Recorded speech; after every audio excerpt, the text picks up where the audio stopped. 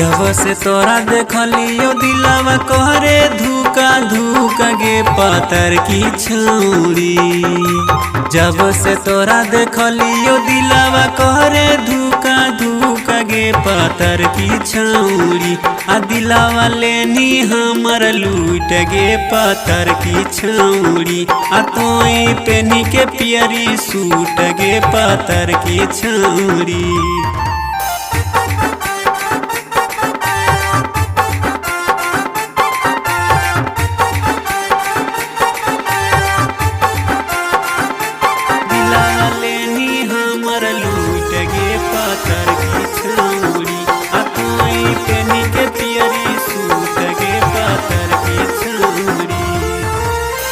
जब से देखलियो तोरा हो गेलियो दीवाना।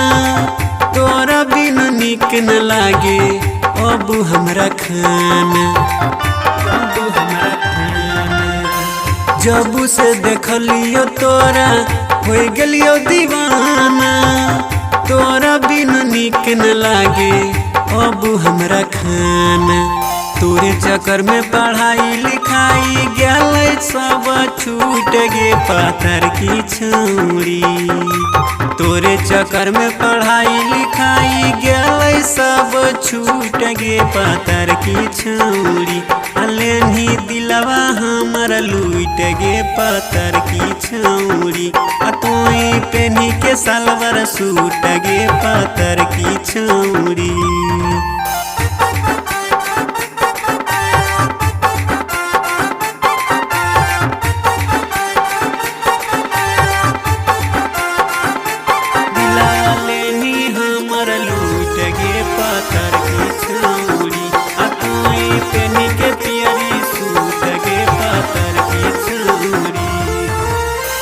तोरे चलती ले लिए छौरी गुलाब के फूल गे। बात मान छौरी तोय तो करी ले कबूल गे। तोरे चलती ले लिए छौरी गुलाब के फूल गे। बात मान छौरी तोय तो करी ले कबूल गे। कहे रहुला वाला गोही देखे में बहुत ब्यूटीफुल गे पातर की छौरी। कहे मिथले साहब देखे में लागो ही बहुत ब्यूटीफुल गे पातर की छौरी।